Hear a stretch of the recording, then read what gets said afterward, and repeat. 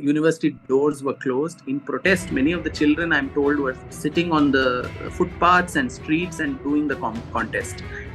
And they continued with it. And it was only, the program was at 5 in the evening, and I had no clue all this was going on in the background. I had already reached Mysore, but by 3:30 they reached the governor of Karnataka, who's the chancellor of universities, and it's with his intervention that this program actually went on.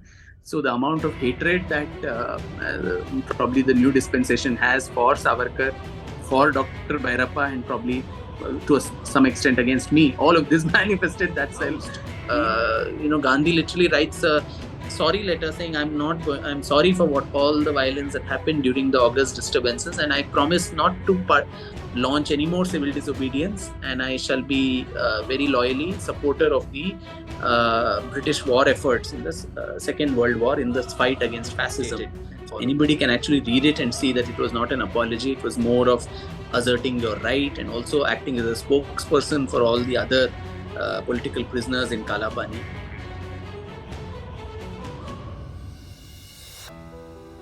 Namaste all. Namaste Vikramji. Namaste Vidyaji.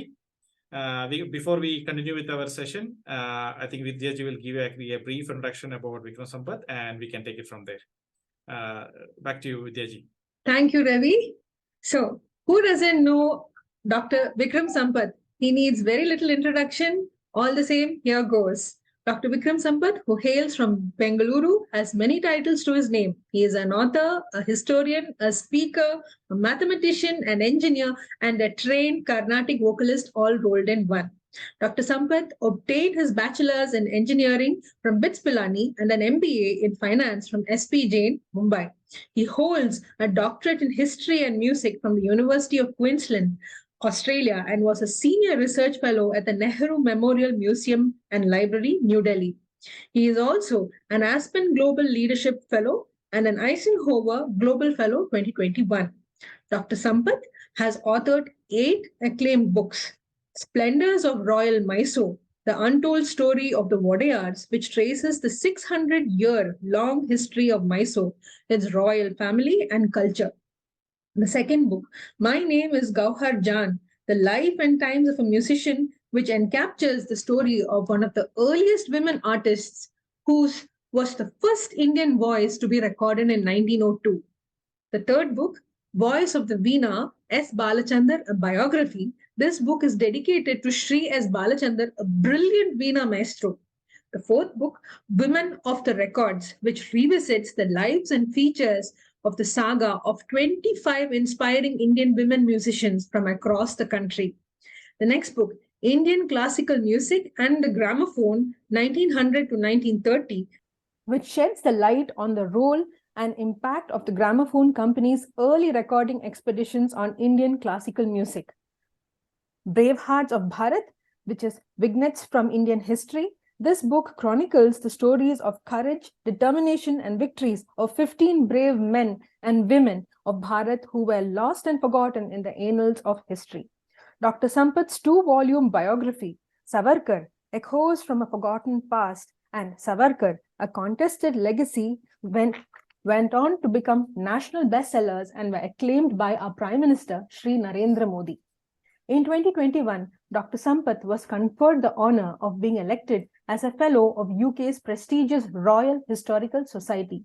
He was awarded the Sahitya Academy's first Yuva Puraskar in English Literature and the ARSC International Award for Excellence in Historical Research in New York for his book on Gauhar Jan, which has also been adapted to theatre, a play, Gauhar, by Lilith Dubey, and is now being made into a Bollywood movie by director Ashutosh Gowarikar.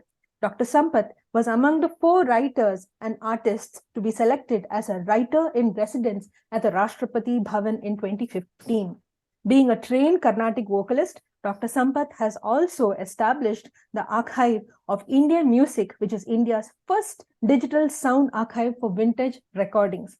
He is the founder director of the Bangalore Literature Festival, Indic Thoughts Festival, and Earth, a Culture Fest. Dr. Sampath, it is indeed an honor to have you on this platform. Thank you so much for joining us.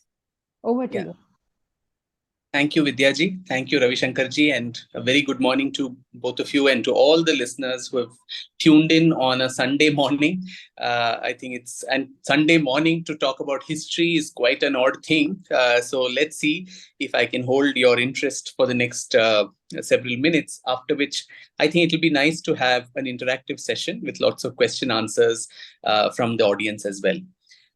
The topic for today's talk was reimagining Indian history. Now, the very word reimagine actually means reinterpreting, recreating, usually, a work of art or literature or whatever. Now, history by its very nature, and before I delve into the topic itself, I'd like to touch a little on the philosophical aspect of history and historiography itself. So, history by its very nature, I think, allows for such constant retellings and reinterpretations. So a very famous historian had said, every work of history is just an interim report. What people did in the past, it is not preserved and stored in amber somewhere. And every generation looks back and, drawing from its own experience, tries to reinterpret the past. It is something which gives people a sense of identity, a sense of who we are, where we came from, what are our roots. And unless we know that, to chart a course for the present or the future, I think that becomes very, very difficult. And no doubt someone like George Orwell had said, he who controls the past controls the future.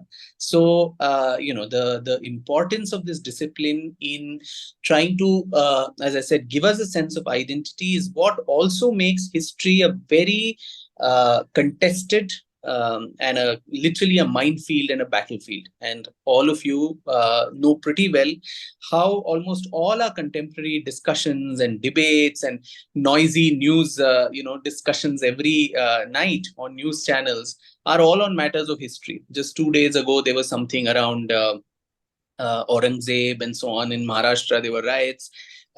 Just 2 days ago, there was also in my home state in Karnataka, where the government changes and then entire chapters on Dr. Hedgewar and all of that gets excised from history textbooks. So this constant tug of war with history and it becomes a political football in the hands of all these politicians and leaders.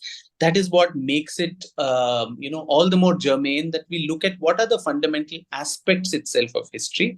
And when we talk of Indian history, what are the schisms that exist as on date, which have come about in the last several, I would say, decades, particularly after freedom. Now, at a very fundamental level, the past by its very nature is not present. So it is not there for immediate scrutiny. It is not like one of those physical sciences, where in a chemistry lab you put two elements and then you can see things happening. These are all events, episodes, characters who have lived and died thousands of years ago, hundreds of years ago. So our reference point to access information about them or these events are sources. And most often, these sources tend to be either fragmented, they are biased, or incomplete. Now, whatever the sources, irrespective of what kind of sources you may have, it could be textual sources, it could be archaeological, it could be epigraphic, inscriptions and all of that. All of them, we must understand, are inherently compromised for this very reason. The fragmentation happens for various reasons. One is, over centuries of invasions and attacks and all of that. So a lot of the sources got destroyed. The biases that come in the writing of these sources, these were written. So history is always written by the victor. It is the handmaiden of the ruler. So where do the vanquished ever have a voice in writing their own tale? So the bias that comes in with this concept of the victor writing his or her own story, that is also inbuilt in many of the textual sources. So if it's a court historian who's writing the chronicles, obviously he would bring in, a lot of hyperbole, a lot of exaggeration and so on to extol his ruler, the Sultan or the Maharaja, or whoever. So a lot of that needs to be discounted for while looking at.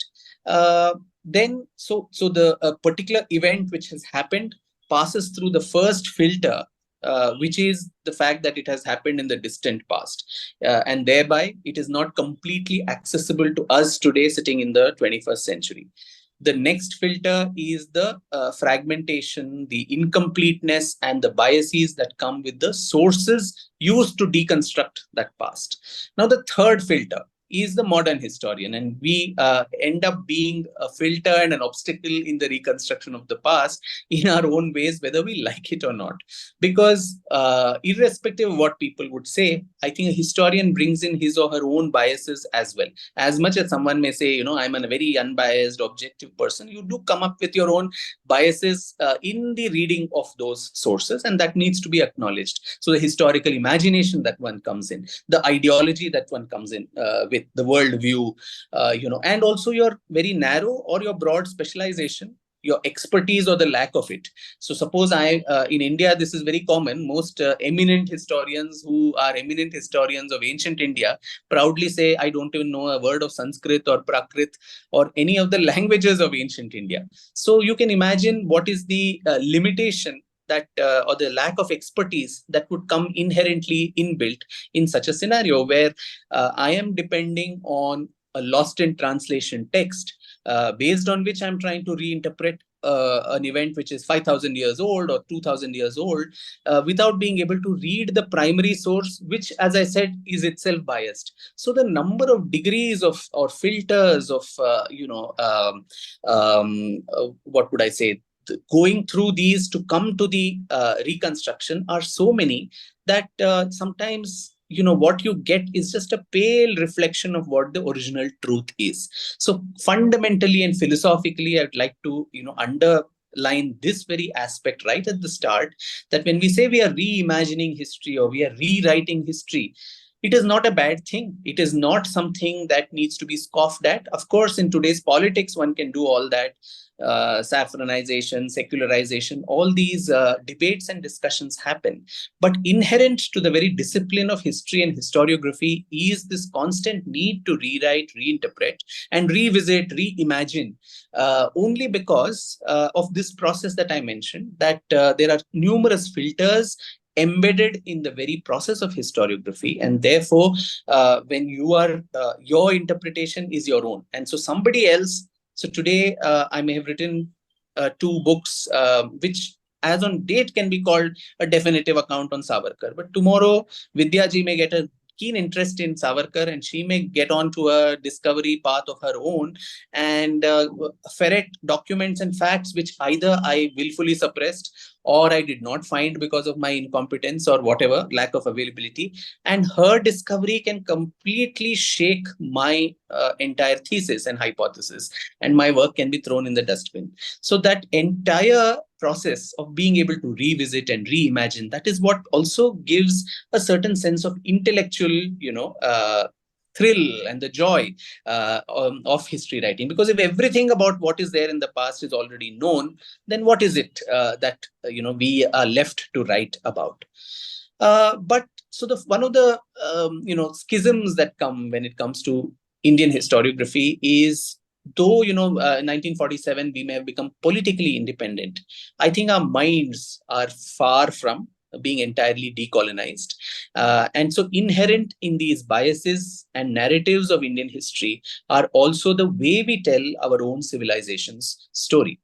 And this comes apparent from that infamous Minutes of Macaulay, where he says in 1835 itself that the entire goal of English education was to create this vast group of interpreters between us, the British rulers, and the millions whom we govern, who are Indian in their blood and skin color and all of that, but they are English in their taste, their opinions, their moral and intellect.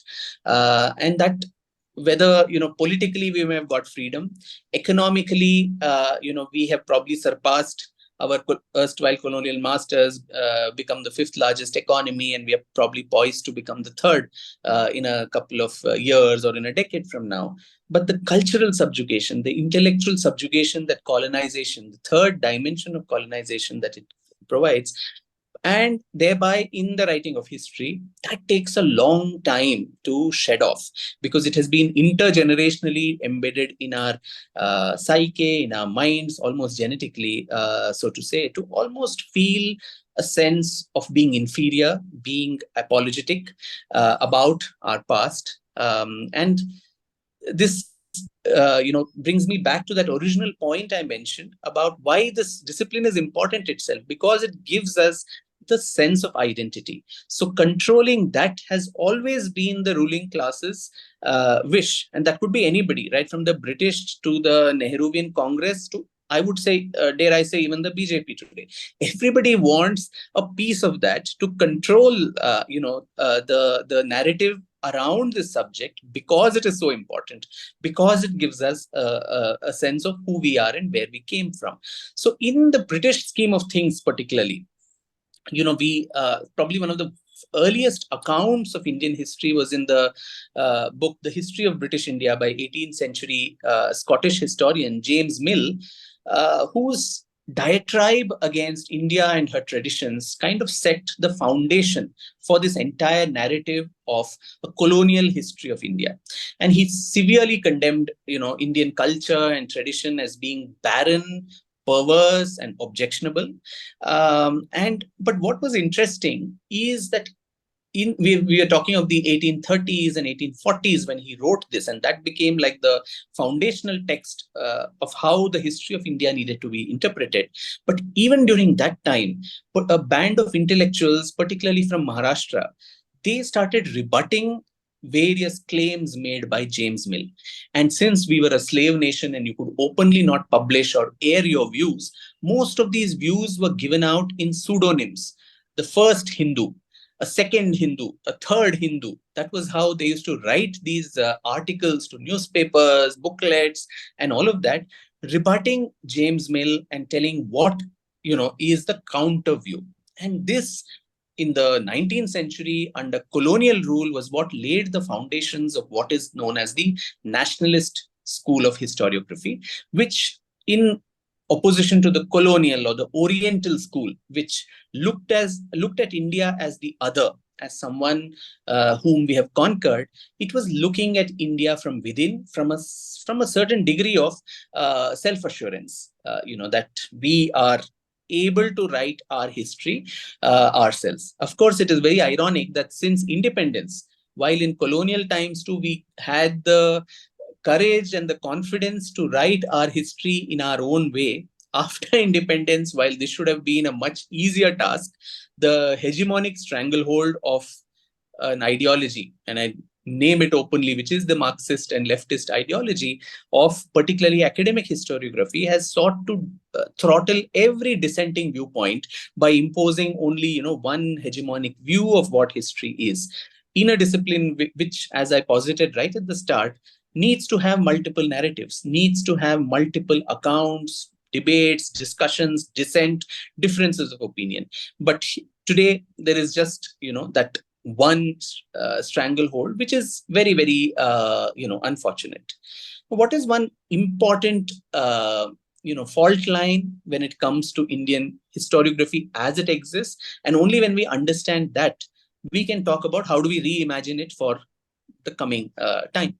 So most Indian children, I think the first and probably only brush with history of her own land is in the textbooks that she studies, because most children after 10th or 12th, they would probably give up this subject because of the boring and insipid manner in which it is taught, and branch out into the sciences and all of those.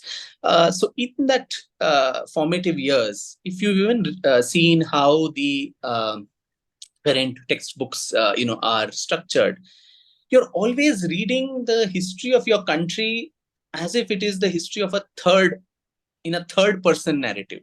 It is never my story. It is never my country's story that you're reading. You almost feel the othering of India itself, if I can use that, and a complete negation of civilizational greatness. And what I would say is a spectacular disconnect from our roots, which I think is unprecedented and unparalleled in any other country of the world. Nowhere else would we actually make disowning and deriding, negating your own civilizational greatness as a fashion statement. It is so cool to deride your own self, which is I think the most basic and fundamental trouble when it comes to the way history is written and also the way it is taught, particularly to young children.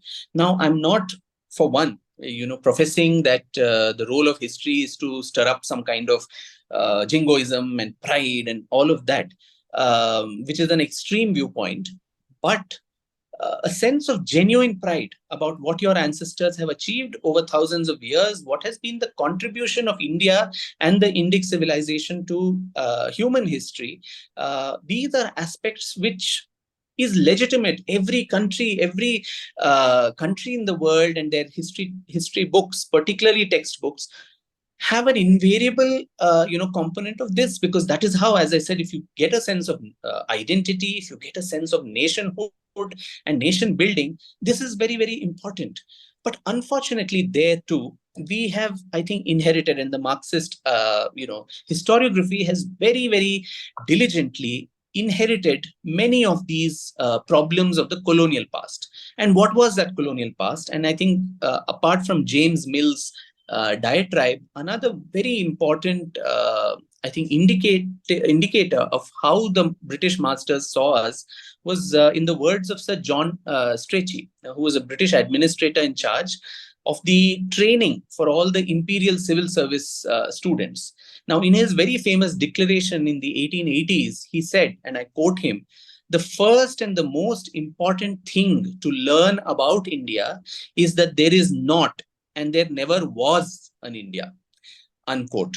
So imagine that the students who are preparing for the ICS, today's IAS, which is not very different. I mean, today also you have a very similar narrative, which is, flushed down the throats of many aspiring bureaucrats. So the first thing they need to learn is there never was a concept of India. And it was the British who gave the sense of what India is. And hand on heart, I think a lot of educated Indians to this date, subconsciously, I think we believe this, that until the British colonized us, they gave us a sense of civilization. They gave us all the, we were the beneficiaries of railways and civil services, English education, modern, medicine, all these kind of things, which I think a lot of Indians subliminally somewhere believe. And this is what is the colonization of the mind, which came in through the education system that the British put forth, which we have continued and probably worsened after independence. Now, there too, I think it is important. So the first reimagination that itself we need to do is at that fundamental level, saying what is this idea of India, as we need to look at. Is it a concept that was imported, from the Western shores? We are always told that India was too vast, it was too diverse to be one unified entity, and therefore it is an unnatural nation. India itself is a ahistorical concept, but for the British, we would not have come together and become one. Here, it's important to distinguish between a nation state and a nation. A nation state might be, defined by common codified laws, well-marked political territories and boundaries. But a nation is much larger than that. It is a shared sense of emotional belonging to a common territory and also cultural entity. And in that, in the second part of being a nation, there's astonishingly a lot of, I would say, coming together of views over 2-3 millennia, in the way that, very disparate set of historical commentators and observers, they attest to this recognizable idea of India, despite the incredible vastness and the diversity. Today, we're talking of multi-plural societies and actually take pride in it. But the very fact that we were multi-plural, we had diversity, we had vastness, but still, the civilizationally, culturally, emotionally, there was an integration into one nation somewhere in the minds. Even if it was not present, it was an aspiration to look forward to. That is something that we need to underscore. And this also puts a lot of contemporary politicians and political discourses to question where constitutional patriotism, was India born in 1947? Was India codified on 26 January 1950 with the promulgation of the Constitution? Or are we a timeless, ageless civilization? And the Constitution of India is just a reflection of that very civilizational ethos, which is why perhaps the Constitution makers didn't think it necessary to even include terms like secularism and so on in the preamble, because this was something inbuilt in the way of the Indian way of life. So this idea of a nation state versus nation, that is, I think, the one of the first and the most fundamental schisms or landmines when it comes to Indian historiography as it exists, and how do we look at it, going forward. Now, politically, all countries have different borders. How the USA was 250 years ago, how it is today. Why go across a country within our own nation? 15 years ago, Andhra Pradesh was united. Today we have Telangana and two different states which are cut by borders. At 1946, undivided India had different political borders. Today there are three countries in its place. So political borders can be drawn and redrawn on paper. The Radcliffe line was drawn by Radcliffe, who never even visited this subcontinent. So those can be happily drawn on any piece of paper or today on a computer. But that doesn't make it a nation state. These are evolving. But the fundamental thing of a nation and the consciousness and awareness that we are one, I think that is vastly delegitimized and inferiorized right from the colonial times to the Marxist, narrative of what we look at. So, a very basic thing, the fundamental age-old, invocation that we have even in our pujas, in all the traditional Hindu rituals, they invoke this very sacred, like a GPS. You're putting where you're sitting and performing this puja is also invoked in the Sankalpa. Bharata Khande, Bharatavarsha, Jambu Dvipa, all these are references to this very shared emotional belonging, and which is in the epics also, the Ramayana, the Mahabharata, the Puranas, collectively known as the Itihasa, literally translating to the term it thus happened. Now, even in the Mahabharata's 9th chapter, the Bhishma Parva, in almost about 70 verses, there is a complete description of Bharatvarsha's geography and ethnography, of all the different Janapadas or communities and the people who inhabited it. It's mind-boggling to see the amount of detail in 70 verses. It talks of the entire span, right from the people of Kashmir and Punjab and Gandhara to Magadha, Vidarbha, Malwa, Kashi, even South India, Kerala, Karnataka, Kuntala, Dravida, Cholas. It's a panoramic view of India's geographical vastness and also unity in spite of this diversity. There are also accounts of people of the time, the Janas, the Janapadas, and also the Janas, Mlechas, Yavanas, Nishadas, Shabaras, Kiratas, Adhiras, different groups which you can again map to specific geographical regions of India even to this date. So there really is no conflict, I would say, between the spatial unity and the inherent plurality and diversity. And that is what we need to understand and acknowledge. And even, several texts I can talk about, whether it is Varahamihira's Brihat Samhita, which also talks of the different regions of India and has this concept of what is Bharatavarsha. And the famous Vishnu Puran, which of course everybody knows about, which was composed, some say between 400 to 300 BCE and some in the 9th century CE, very evocatively states, Uttaram yat samudrasya himadraschaiva dakshinam varshatad bharatam nama bharati yatra santati. So this entire landmass north of the oceans and south of the mountains, the Himalayas, this landmass, Varsha Tad Bharatam, the country is called Bharata, and Bharati Yatra Santati, the Bharatiyas are its children. So what more can be more explicit in the manner in which we define the common land, of this what is a holy land also.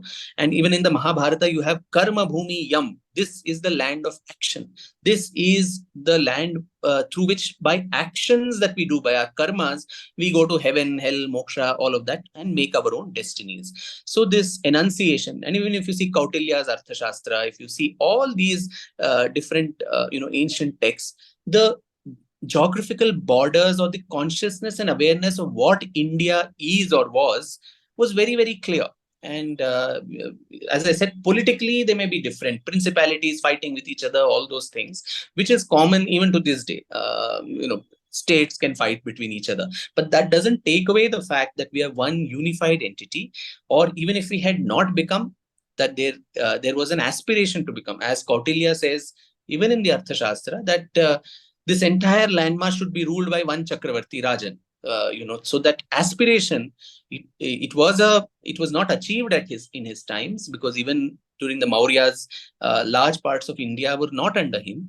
But the aspiration of the people was that to be called a DrVijay king, a Chakravarti king, this entire landmass should be under you. So, and if we look at it as we go forward in the march of our country's history, is we see the same common unified sphere of cultural circulation also manifesting itself when, the 8th century, you had Adi Shankara coming from a small little village in Kerala. There was no need. Kaladi, from there, he could have just sat there and done his whatever he needed to do, the enormous corpus of work that he did in a very short span of time, having left his mortal coil in probably when he was 32 or 33. He could have just sat in his village and done what he did.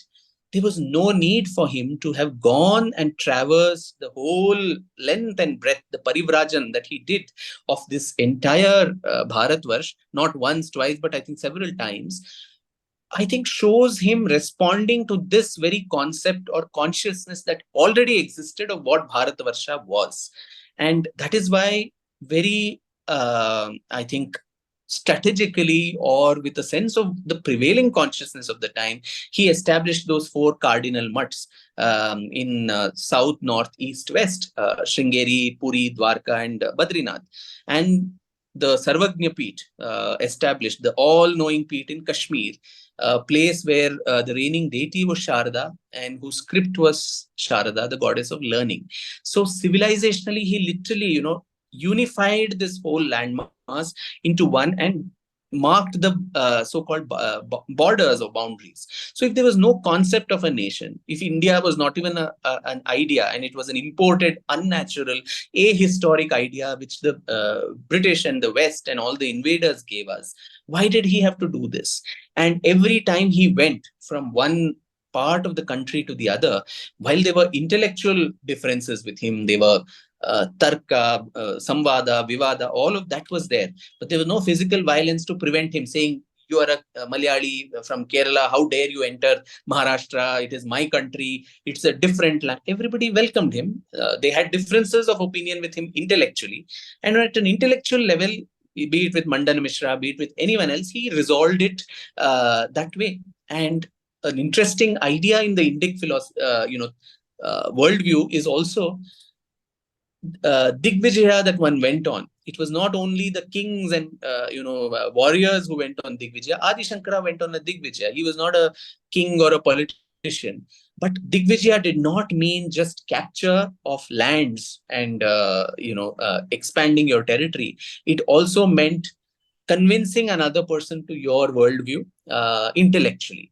And so somebody who went on this DrVijaya, like Shankaracharya did, Shankara DrVijaya, the famous book that is written about his intellectual conquests across the country, that is very, very important and interesting to note that we were always a knowledge society. We were always looking not only at the material concepts of, wealth and conquest of territory and all of that, but also looking at knowledge as an important concept. Now, every other thing, when we talk of, the scattering of the 51 Shakti Pithas across the sacred, geography of the nation, or the 12 Jyotirlingas, or the pan-Indian pilgrimages that, our ancestors undertook at a time when travel means of transport, travel were so difficult.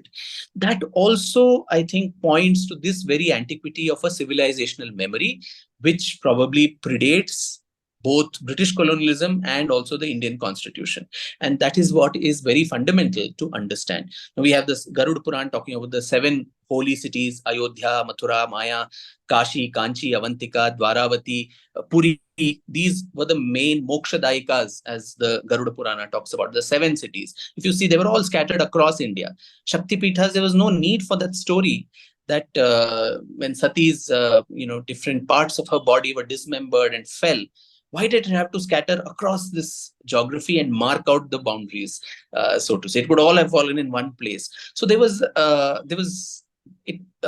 one looks at it beyond, this the obvious and reads between the lines, you realize that this consciousness and awareness was always pervading, people's memory. And the fact that our ancestors made every aspect, even a physical feature of India, be it mountains, rivers, forests, lakes, everything was to be treated as sacred, considered to be a place of pilgrimage. The Ganga and the Narmada and the Kaveri are not just water bodies for us. The Himalayas and Vindhyas are not just rocks and ice-capped peaks, but they are much more than that. So just see the manner in which our ancestors actually managed to merge environmental consciousness with faith and also patriotism, probably in a very unique blend, which is not seen anywhere else in the world.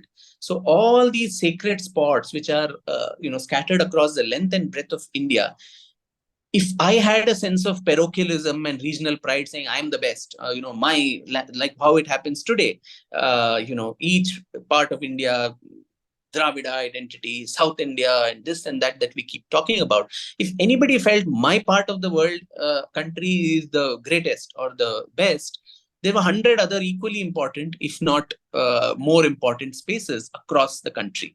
And, that aspect of a civilizational unity, which I've tried to illustrate the difference between a nation state, which in comparison to all these, loftier and abstract concepts, seems like something very, very sterile in comparison, just lifeless laws codified in a book, which can be changed every second day in the parliaments and the courts of the country. Needless to say, it's a very important document. It gives the rule book to play the game in a modern democracy and society. But as I said, that is not the fundamental bedrock of our identity. That is an outcome of an identity that already existed, an awareness and consciousness that already existed for millennia. And that is, I think, I'm stressing more on this aspect before I move to the next one, only because I think this is the nub of the issue. The constant debates and discussions and controversies that we have is between a constitutional patriotism and a civilizational patriotism, which needs to be settled once for all. And this is, again, as I said, both the colonial and Marxist historiography, where instead of viewing this civilizational continuity of India and also of the Indic faiths, the Hindu, Buddhist, Jain, Sikh traditions that emanated here, leftist historiography has for the longest time created conflicts among them, whether they existed or they are imagined, which is again unfortunate. I mean, every time we bring up the whole issue of the barbarity of Islamic conquests, which happened in this country, the counter is, oh, but the Hindus also did the same to the Buddhists.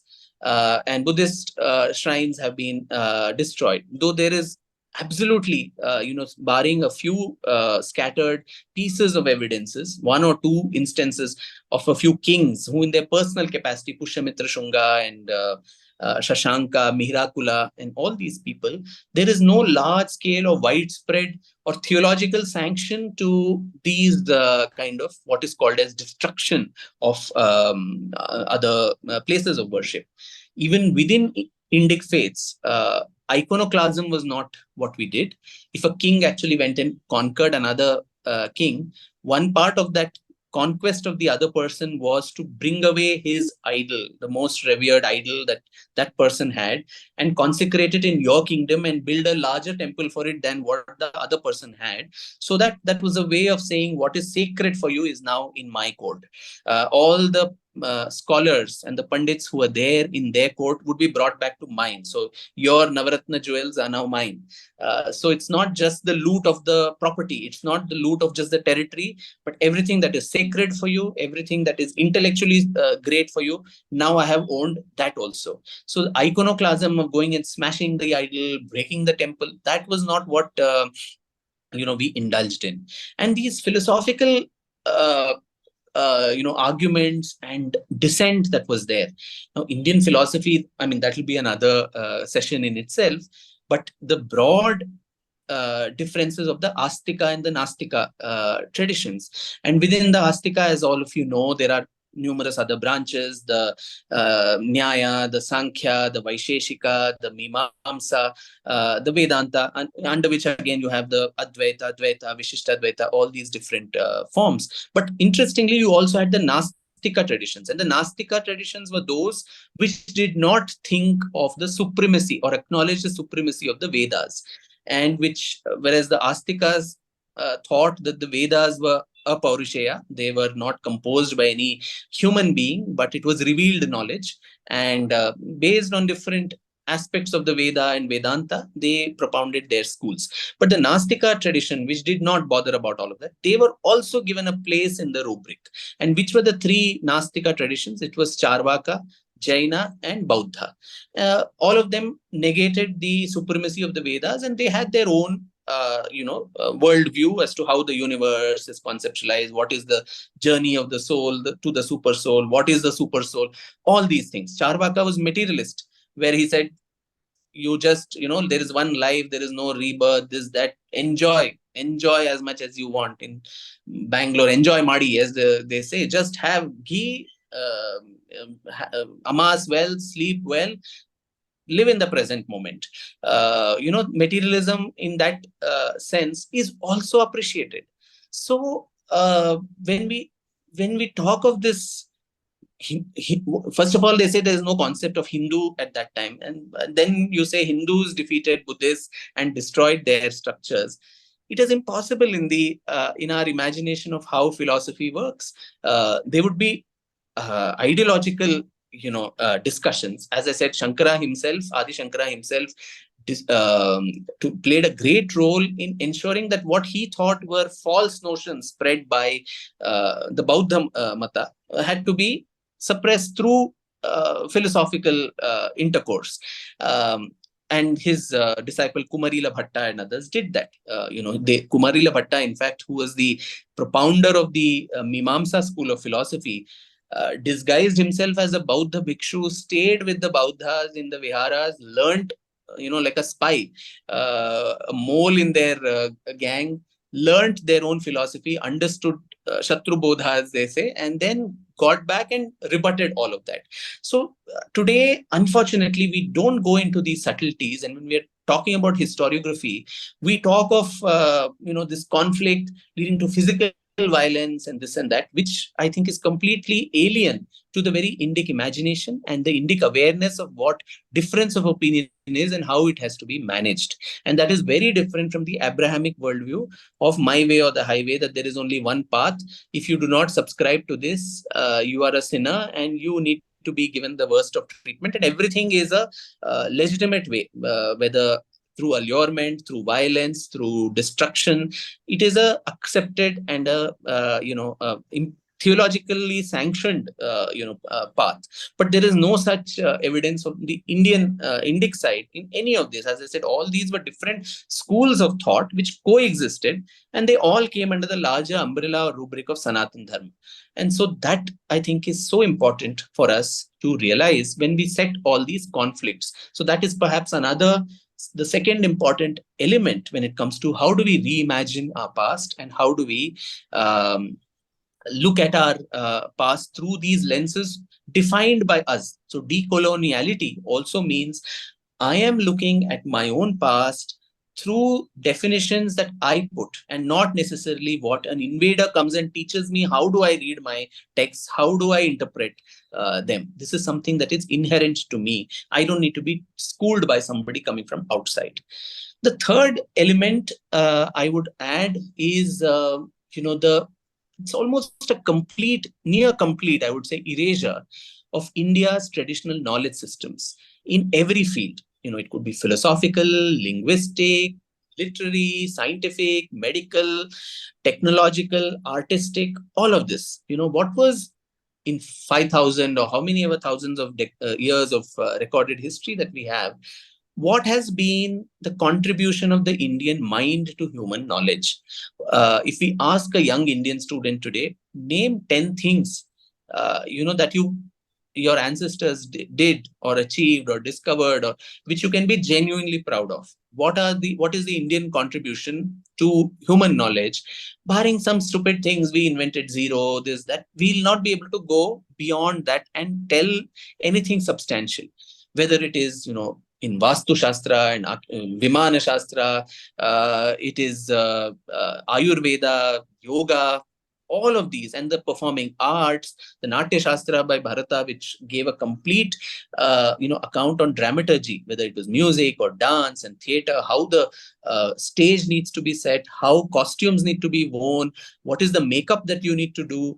All of this, the details to which this has been accounted, our metallurgy, our alchemy and chemistry, the Vedic mathematics, that was developed.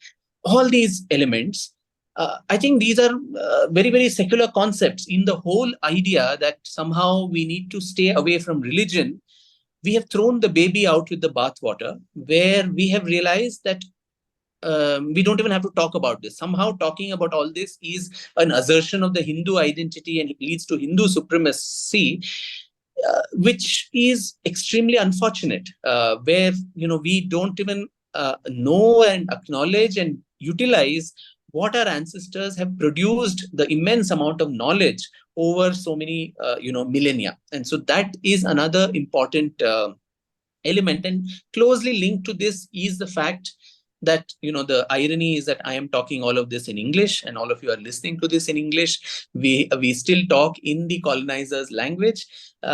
We probably find it so difficult to make a 1-hour lecture or a speech in any of our Indian languages, which is our own mother tongues. Okay, fine. I mean, after 75 years, English has become an important link language, and it's no longer, we've Indianized it so much with our intonation, with our accents, with our vocabularies. Atal Bihari Vajpayee ji used to jokingly say that the British actually left India not because of our struggle for freedom. They could not bear the massacre of the Queen's language that was happening at our hands. Of course, it was in jest, but I think we have Indianized it. But still, the fact that, as students in school, very faithfully we sit and memorize Shakespeare and Yeats and all these other, great poets and playwrights, the works of, say, Kalidasa or Annamacharya or Shankaradeva or Tiruvalluvar, either in their original or in translations, they do not even form part of our syllabus. How many of Kalidasa's plays do we study, even in translation, in our growing up years? So I think that is the saddest, part of how we look at our own past. And this comes back to my original point of how we have been colonized and made to feel that we are only inferior. Now, the fourth element, or the schism, if I say, invaders, which is how Indian historiography, lays itself out. So even if we ask young students today, what are the battles that you remember? The list they will come up with, battle of right from the invasion of Alexander and the Greeks and the Huns to the Arab invasion of Sindh. They would know about Muhammad bin Qasim and the Arab invasion of Sindh, but I'm sure many of them would not even have heard of Raja Dahar of Sindh, who actually ensured that for he and his predecessor Chacha managed to, it was the Brahmin family of the royal family of Sindh, which ensured that for 60-70 years, Sindh remained unconquered till the time Muhammad bin Qasim came and conquered it. They would not know about him, but they would know about Muhammad bin Qasim for sure. That this was when he was conquered. Muhammad Ghazni we would know, Muhammad Ghori we would know, but we would not know of a Rani Naiki Devi in Gujarat of the Chalukya dynasty there, Solanki dynasty, who defeated Muhammad Ghori, being a woman, in the Battle of Kasarhada in 1178. We would know all about all the successive, Battle of Tarain, battles of Panipat, battles of Plassey, Battle of Buxar, the Anglo-Mysore War, the Anglo-Maratha War, Anglo-Sikh War, name it. But in all of that, the common thread is India and Indians lost. So right from the myth that was created of the Aryan invasion, I think our colonial master wanted to din this into our head that you people do not deserve to be ruled by yourself. You always need someone to come from the outside. It's a part of your destiny, your karma and we anyway bought the karma theory when anyone told us that see, even your earliest ancestors came from outside. The Proto-Europeans who came from, descended the steppe and came here, they gave you Sanskrit. Even the Vedas were composed outside. They just brought it along with them and came to this land. And so in your destiny, your karma is to be ruled from outside, to be civilized, to be educated only by people from the outside. And we, the British, are only the last link in this long chain of people who keep coming from outside and colonizing you. So just accept it.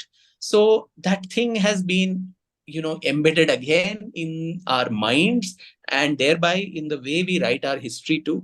And so when we reimagine this history, it is important to realize that today, if we are still around, as a civilization, the only pre-Bronze era civilization that has survived, there must have been some courage we put also. There must have been some battles that our poor ancestors won also. So we need to talk about those. Who were those heroes? Who were those heroines? Who were also the women who contributed to these, different wars, whether it was Raja Dahar, whether it was Lalitaditya Muktapida of the Karkota dynasty of Kashmir, Naiki Devi, as I mentioned, Suhail Dev Pasi, who actually ensured that, the Ghori's commander was, Ghazni's commander was not able to occupy the Bahrech in what is known as the Battle of Bahrech. You had the Cholas in the south who took their kingdom all the way up to the Southeast Asia and Sri Vijaya, Maldives, Sri Lanka, and so on. Bappa Rawal, Rana Kumbha, who was unvanquished in the south. You had numerous people whom I document in my book that you mentioned, Brave Hearts of Bharat, 15 such unsung heroes and heroines. Rani Abbakka, who defeated a queen of a tiny principality in my home state of Karnataka, in Ullal, who defeated the Portuguese. And in Kerala, of course, I mean, I know a lot of people who are tuned in are, hail from Kerala. But other than probably some of you, rest of India would not know who Martanda Varma is. And apart from someone who established the Travancore and united from Venadu to the entire Travancore kingdom, he dealt a death blow to the Dutch in the Battle of Kolachal in 1741, which collapsed the Dutch plans of colonizing India. By then, they were one of the most powerful, global companies, the first to be listed in the global stock exchange, and their sphere of influence extending all the way from South Africa through Asia, India, going up to Japan and Maldives. And for a king in this tiny little principality in southern India, the coastal part of India, to actually defeat them, when the Dutch governor comes to his office, to his court, and says, we plan to, invade, you better mind your business and not interfere with all the other kingdoms in Kerala at that time. Martanda Varma very, haughtily scoffs and tells him, I'm also planning to take all my fishermen and boats and actually invade Europe. So, you can keep your empty threats to yourself. And he follows this up in the Battle of Kolachal, where the Dutch are defeated, and the pepper trade and the spice trade on which they kind of thrived was completely vanquished. And so the Dutch plans of colonizing India and they as a global power itself, collapsing, that happened after that. So in any other country, I think Martanda Verma would be a celebrated figure. His statues would be there in all street corners and he would be read in all the books that students study. But in India, barring some of you or people in Kerala, I don't know anybody who would know much about this. So I think this is another, curse of the manner in which we've been taught our history. And as Abraham Lincoln says, a nation that does not honor its heroes will not long endure. So, so that is the problem, where we are so unrooted in where we are looking at our past. And the constant grouse I have is the whole Delhi centricity of our history and the way it's written, where all little minute obscure kingdoms, Tughlaqs, Lodhis, Khiljis, I mean, barring some structures here and there, what is their contribution to this civilization? They were barbarians, they were invaders and marauders. But we know the line of succession and kings and queens and all of that of those people. But large parts of India, south of India, the northeast of India, the empires of the Cholas, the Vijayanagaras, the Rashtrakutas, Shatavahanas, Pallavas, Chalukyas, Gangas, Kadambas, the Vodeyars of Mysore, the Travancore rulers, or the northeast, the Ahoms, who ruled for 600 years, the Meitei rulers of Manipur, those in Nagaland, the Twipras in Tripura. All these do not form part of the larger historiography of India. So once again, when we talk of reimagining Indian history in the current context, we need to bring in and make it an inclusive account of all parts of the country. India literally Bharat needs to reclaim her history from Delhi. And, that small little place and its incommensurate importance, have that also. No one is saying, remove those chapters. That is another extreme stupidity. Let us remove the Mughals from our history. You cannot wish away your past. Whether you like it or not, it's an important aspect of your past. But make it inclusive and provide all aspects, good, bad, ugly, of the past for a young mind to be able to evaluate. The next aspect that I would want to talk about is some of the darker elements of our history. And Vidyaji and Raviji, how much time do I have? Take as much time as you need, Vikramji. No issues. Once you finish, let me know. Yeah. If I go on a flow, I just don't realize that it's already 1 hour that's passed. So the refusal to accept, or acknowledge these darker periods and episodes of Indian history, particularly, the Islamic conquests. Even as contemporary court historians, they gloat on large-scale, Hindu genocides, destruction of temples, destruction of universities and places of learning. Contemporary accounts may be glorifying those. Their own chroniclers take pride in saying this. But we say, oh, no. There was no theological reason for that. It was all economic, and so on. One episode that I would certainly like to recount here is what happens in Somnath. Now, in Somnath, the eyewitness accounts, several people who wrote at that time, and also later Al-Baruni, Farishta, Minhaj-e-Siraj, all these people who wrote about the Islamic conquest in India. So Mahmud Ghazni comes to Gujarat. The Chalukya ruler has run away, so he has a free pass through Patan, the capital, and his whole intention of coming there was to destroy Somnath, as his chronicler has mentioned, that the Kafirs are worshipping this idol which is able to see past, present, future, so we want to go and destroy it. So he came specifically for that reason. Now, going to Somnath, he thought it's going to be an easy task, but to his horror, he finds about 50,000 common Hindus who were armed. They were not even part of the army of that king, Chalukya king, because he had anyway run away. So 50,000 common Hindus offer resistance to him, and it takes him 3 to 4 days to kill all of them and then enter the temple. Now, even then, when he storms towards the Garbhagriha, all the pujaris, they come running and say, you are a looter, you want money. We will give you as much money as you want. You take that money and get lost from here, spare our God. At this, the contemporary chroniclers say that Muhammad Ghazni laughs and says that if I do that, I will be called as a trader of idols. I do not want my legacy to be known as a trader of idols. I want to be known as a breaker of idols, But Shikan. All of them had this, suffix to their name of But Shikan, or someone who busted all the buts or the idols.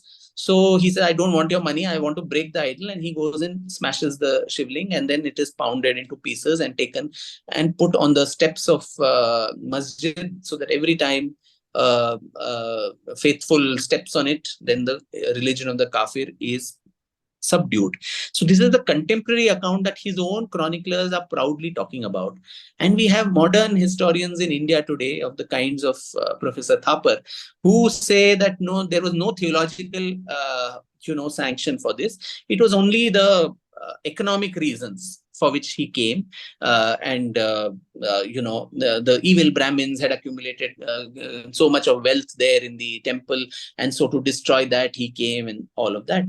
Now, where is the evidence for that other than your own fanciful interpretation? Go by primary sources, this account, what it has mentioned. Of course, there will be exaggeration, like I mentioned. The court historian will be exaggerating, there will be hyperbole. But despite that, the fact that there is theological sanction for that is embedded in the manner in which these conquests were done. And that's why American historian Will Durant had said the Islamic conquest of India is one of the bloodiest chapters of human history, not just Indian history, but across the world. But how much of that finds an occurrence or echo in the manner in which our history is written or studied in our books? So we labor under this false impression that if you talk about these uncomfortable chapters, somehow it is demonizing today's societies and communities who are in no way answerable for these cruelties and barbarities. But at the same time, you need to tell them that, many of them also glorify some of these invaders. So it's important to tell them that they are not your heroes. You are as much, your ancestors were as much a victim of those invasions as some of us who have retained our Hindu identity despite all these atrocities that were committed against our ancestors. So, I mean, there are numerous accounts of the kind of barbarities that were inflicted on us. Professor K.S. Lal, the historian, narrates how something like 8 crores at the minimum was the population decline in the Indian subcontinent between 1000 CE and 1525, before the establishment of the Mughal Empire. So in those 500 years, if 8 crore people in the subcontinent, the population fell, they just didn't drop down dead. So there was a large-scale genocide that happened. Sitaram Goyalji and others have documented numerous temples that have been destroyed. Anything at a lower estimate of 40,000 temples that were, destroyed, including some of our holiest sacred spots. So the large amount of, sex trade, women from the subcontinent captured and taken away to Afghanistan and Ghazni and sold away as, sex slaves to people. And even at the heights of the Mughal Empire, humiliating conditions in which non-Muslims lived by paying taxes like jizya, which at the heights of the Mughal rule accounted for about 15% of the revenue of the kingdom, even during Aurangzeb's time. So these things are very, very important to acknowledge and state that this was what happened. Now, even at the heights of Mughal glory, while India's GDP share percentage in the world, economy did not diminish, because by and large the wealth remained within the country. The GDP per capita growth that kept going down and remained negative throughout their reign. And this is recorded by the economist Angus Madison. So what did it actually do? All these roots, we are told they became us and all these type of things. Did they really become us? Even at the greatest empires, some of they always had the aspiration of their Persian ancestry. They never kind of trusted the Indian converted Muslims to elevate them to high positions of power. All the high offices were reserved for those who came from Iran and Khorasan and all these places. How many universities were built for common people? Rather, all our universities were destroyed, whether it was Vikramshila, Takshashila, Nalanda, and others. It is said that when Bakhtiyar Khilji went and attacked Nalanda, the manuscripts and the amount of knowledge that was there, the university burned for 6 months. That was the amount of knowledge that was destroyed. And it is a travesty that today outside Nalanda, the railway station, there is Bakhtiyarpur, which I don't know which other country in this whole world will actually valorize and iconize a marauder who destroyed the Stanfords and Harvards and Princetons of your country, where everyone from, Chinese Buddhist travelers, Fahian, Unsung, all these people who used to come here to study. India was also that knowledge center. Somebody who destroyed that, we say, Acha, we will name a station after you. I think we are the most, you can imagine the amount of colonial rubbish that has been embedded in this brain of ours that makes us do such silly things. And if anybody tries to correct that, they are called saffron and reactionary and all of that. So I think that is the sad part, where, history also offers a very important space to heal the wounds. And these wounds that have happened are civilizational wounds. This is not something that you and I have personally faced. But there's something, even in psychology terms, there's something called an intergenerational trauma.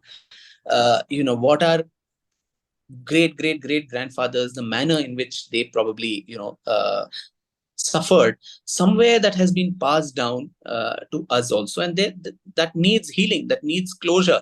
That can't be rubbished away saying, no, this never happened at all. So don't whine so much. If you talk about it, then today India will become, disunited. No, why should it become? Why should, as I said, the onus of that be placed on someone? And why should those someone actually identify themselves with these barbarians? First of all, you don't need to have people of your own faith as icons. Even if you have, I think they need that. You have a lot of, sane examples, from Rahim to Raskan to Dara Shikoh to Shishunal Sharifa to APJ Abdul Kalam to KK Mohammed to Arif Muhammad Khan. You have lots of them. You don't need an Aurangzeb and Tipu Sultan and Ghazni and Ghori, and to whitewash their crimes, sanitize them and make it more palatable to people today. So again, when we are talking of reimagining Indian history, we need to have that confidence to say the truth as it is, without any, we're not demonizing anybody. But if this happened, this happened. You're wishing it away. Just as one side saying, let's remove the Mughals from the textbook is a stupid thing. The other thing is equally or more dangerously stupid, where you say, let's not talk about all these uncomfortable things. I mean, you cannot choose your past. It's already happened. So tell it as it is, but make that distinction, and also ensure that, history offers that space for healing, retribution, so to say, emotionally, and to move on, and also to give valuable lessons that these were the mistakes that we committed. This is not something that you should repeat in the future. They say history repeats itself because nobody was listening to it the first time. So we should not allow those mistakes to happen again, and keep that as a lodestone to see, what is the, how do we ensure that this does not happen again? The amount of resistance, the amount of resilience, forget, kings and queens who put up a brave front and fought. Common Indians, and I'm sure a lot of your listeners would have read Dr. Meenakshi Jain's, seminal book on Flight of Hindu Deities, where, it really moves you when you, read that account as to how we never gave up. Every time someone tried to, attack or destroy a temple, the idol would be somehow, surreptitiously taken away, buried in the sand, or hid in a well in some other place. The travel that it did across, when Mathura, the Aurangzeb's army tried to destroy Srinath Ji, that was taken away and brought in total stealth to Rajasthan, where it is now in Nathdwara and consecrated there so that it is in the Hindu Rajput rule and it doesn't suffer iconoclasm of the Islamic ruler. So all these things also give us that sense that, our ancestors constantly kept these things alive. When you see our traditions, when you see our all the knowledge, whatever, after all this destruction, it is still surviving. It gives you that sense that, as a historian, when I see that, I look at it from an archival perspective that despite all of that, this has survived. So the value and the treasure of all of that is so much more. So when that sense is embedded in the people, you will not have idiots going to these forts and says, Rajesh loves Pinky and all that on the walls of ancient temples and palaces and forts, because you value that this structure, this piece has survived centuries of destruction and come to you. So, reverence towards that. So that sense of historical consciousness and the resilience and the fight that even common people, forget kings and queens, right from that Somnath episode to all these accounts which Meenakshi ji has spoken about, that should give us that sense that we were not a defeated nation. We always tried to give this thing, and that is why we are surviving today. That is why we are still around, as I said, as the only pre-Bronze Age era civilization. Even Allama Iqbal had to say, "Kuch to hai ki hasti mitti nahi hamari." There is something that our identity is not destroyed. What is that kuch? Is it just intangible? Is it tangible? Can we quantify that? Can we celebrate that with that sense of genuine pride, as I spoke about? Now, finally, before I conclude, I'd like to come to the modern times. And we've spoken about ancient India, we've spoken about medieval India to a large extent, modern India, and the entire narrative of our freedom movement. I think that too has been presented to us in a very, very linear, simplistic, monochromatic narrative of the freedom struggle. Like that Attenborough film, which goes frame to frame, and Bollywood further, valorizes this. De di hame azadi bina khadg bina dhal, Sabarmati ke sant tune kar diya kamal. We just, kept doing peaceful protests, and one day the British got fed up and said, "Okay, you have protested a lot. We are going to go away." So I think that largely underplays the constant stream of armed resistance and the role of revolutionaries. Even before 1857, of course, you had tribal revolts, you had sannyasi rebellions, all of this in several parts. You had some of the chieftains and all of them coming. But the first consciousness of wanting to liberate this country from British yoke came with 1857, which, as Savarkar called, the first war of Indian independence. From then till 1946, which ironically and unfortunately we still call Sepoy Mutiny and not the naval mutiny, and not the last war of Indian independence, which happened in Mumbai in 1946. And the heroics of Netaji Subhash Chandra Bose and the Indian National Army, I think that is what gave India the final chance to be free. So right from 1857 to 1946, you had this unending stream of armed rebellion, armed struggle, the revolutionary movement, about which we know so little. Immediately after 1857, in different parts of Maharashtra, you had people like Vasudev Balwant Phadke, you had the Chafekar brothers, of course, the Lal Bal Pal, the Lala Lajpat Rai in Punjab, Bipin Chandra Pal in Bengal, and Bal Gangadhar Tilak in Maharashtra, who were what was called the extremist or the militant faction. But along with them and their proteges were so many of them, from Aurobindo Ghosh, Barin Ghosh, Prafulla Chaki, Khudiram Bose, and the Anushilan Samiti and Yugantar, all of that in Bengal, and the Abhinav Bharat in Maharashtra, which was started by Vinayak Damodar Savarkar and his elder brother Baba Rao. Numerous others who were there. This was the early 20th century, the first decade of the 20th century. And when Savarkar goes away to London, to the India House, numerous others, Shyamji Krishna Varma, Madam Bhikaji Kama, Madan Lal Dhingra, Anant Lakshman Kanhere, Sardar Singh Rana, MPT Acharya, VVS Iyer, Now, these names also, I don't know how many people even know that such people existed. V.O. Chidambaram Pillai, Subramanya Bharati, of course. And in the decade after of the First World War, you had an intercontinental movement to liberate India completely in the form of the Gadar movement, which was started by Lala Hardayal. So sitting in Europe, in Germany, Canada, San Francisco, at a time when means of communication were not so easy. All the revolutionaries didn't get on a Sunday morning Zoom call like all of us have on Clubhouse. They still managed to communicate with each other, coordinate their efforts, not only within India, but across continents. But that importance, they may have failed. Their efforts did not culminate till the time Netaji came to scene. But the fact that they tried, they sacrificed their everything, that needs to be told. Instead, what we are told is these revolutionaries, they have mentioned, but isolated instances of bravery. Some hot-blooded young men who threw bomb here and there, killed somebody, and then they were hanged. Thereafter, they they swung from the noose with a smile on their lips and all this romantic notions. But the strategy, the philosophy of the revolutionary movement itself, as to how you can recreate an 1857, there should be insurrection in the British Indian Army, because the British Indian Army was composed only of Indians, largely. 95% of them were Indians, even after the Second World War.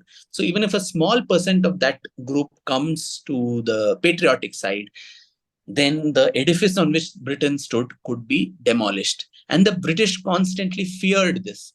They did not want an 1857 repeat, and that is why the Indian National Congress was set up by A.O. Hume as a safety wall, so that the Indians could be cajoled and mollified and kept in check.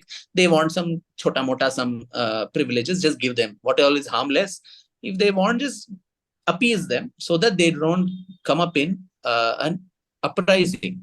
Now, that is what the revolutionaries constantly try to do. Arm yourself, manufacture bombs, get pistols and all of that, and to hit back and create this revolt in the army. Whoever it was, even in the 20s, you had the HRA, Sachindranath Sanyal, Ram Prasad Bismil, Ashfaqullah Khan, and others who were in the Kakori case, and later the HSRA of Bhagat Singh, Sukhdev, Rajguru, and others, Durga Bhabhi, Bora, and all these people. So that group, and then the culmination, as I said, was with the formation of the INA by Rash Bihari Bose, which was later taken over by Netaji Subhash Chandra Bose. And the army, literally, I mean, you had the mutinies in different parts, the naval mutiny, then the that spread to army units in different parts of India, Jabalpur, Madras, and other army units. And prior to that, right from 1941-42, you had the INA coming to the very gates of British India, whether it was Imphal, and so on. And the idea was to attack India from both sides, by sea and by land, and to liberate India. And that fear of repeat of 1857 and a revolt in the Indian army finally, and of course, Second World War, the weakening of economy which the British faced, forced its hands to leave India and go. I am not for one saying let's disparage the larger non-violent movement. Not at all. I think the movement of Gandhi and the Congress was immensely useful in terms of bringing that sense of nationalism among all of us, political consciousness. Culturally, civilizationally, we were what we were, as I've always said. But politically, we were disunited, we were sparring, there was no concept that we wanted freedom for our nation. So to that extent, in the common man, revolutionary movement was limited to a few people who picked up arms, who were brave enough to do that. But a common person, man, woman, child, who could participate in this, have that consciousness that our country deserves and needs to be liberated, that, of course, Gandhi brought about, which was very important. But is it the only reason why we got freedom? I don't think so. There are, I think, multiple dimensions to that. And particularly now, when we are talking of all this Azadi Ka Amrit Mahotsav and all that, 75 years, I think we need to have a more dispassionate and a mature discussion on all the multiple strands and also the protagonists of our freedom struggle and why, what got us our freedom. You just imagine we are such an ungrateful nation that we don't even know what were the reasons why we got freedom, or who were the protagonists who sacrificed so much, whether it was in Kalapani in Andamans or Mandalay prisons in Burma and all of that. So again, as Lincoln had said, unless you acknowledge and be grateful to your heroes, a nation cannot move forward. So I think these are some of the elements of what I would call as a reimagination of Indian history from a perspective which is not against anyone. It is not revisionist. It is not anti this or anti that, or guided by politics and ideology and all of that. It is a truthful and honest assessment of our very long and fractured past. And to be able to do that in a dispassionate manner, in a very, very truthful and matter-of-fact manner, without getting emotional and sentimental, I think that is the need of the hour today. And that is why, and that is how we can set to rest all these schisms, all these conflicts and troubles that we continue to have when it comes to matters of history. And with that, I'd like to conclude and thank you all so much for giving me such a patient hearing on a Sunday morning. I thought I'll keep it only for about half an hour to 40 minutes and open it for questions. But I think we've gone well over 1 hour, 20 minutes. And that's what happens if you give the mic to a historian, which he or she doesn't know when to stop. So thank you once again, and I'm open for questions. I will go with the first person who came up. Nitin, please ask your question. Hello, Dr. Sampath. It's a pleasure listening to you. I've read your book. Thank you. I come from the 2020 batch of the Indian Foreign Service. And I think wow. the work that you're doing is absolutely fantastic. And, these are the kind of things, because all through my preparation and as a fan of history, these are the kind of things that you want to hear, the parallel narratives and many things like that. And you're doing a fantastic job. But I would like to ask you another interesting question, because you spoke about this intergenerational trauma. Yeah. And so there are a lot of groups in our country, let's say the tribals, or let's say the Dalits, the women, all these people, even these groups undergo a certain, intergenerational trauma. And historiography and the history gives us that space to make amends, give peace to people.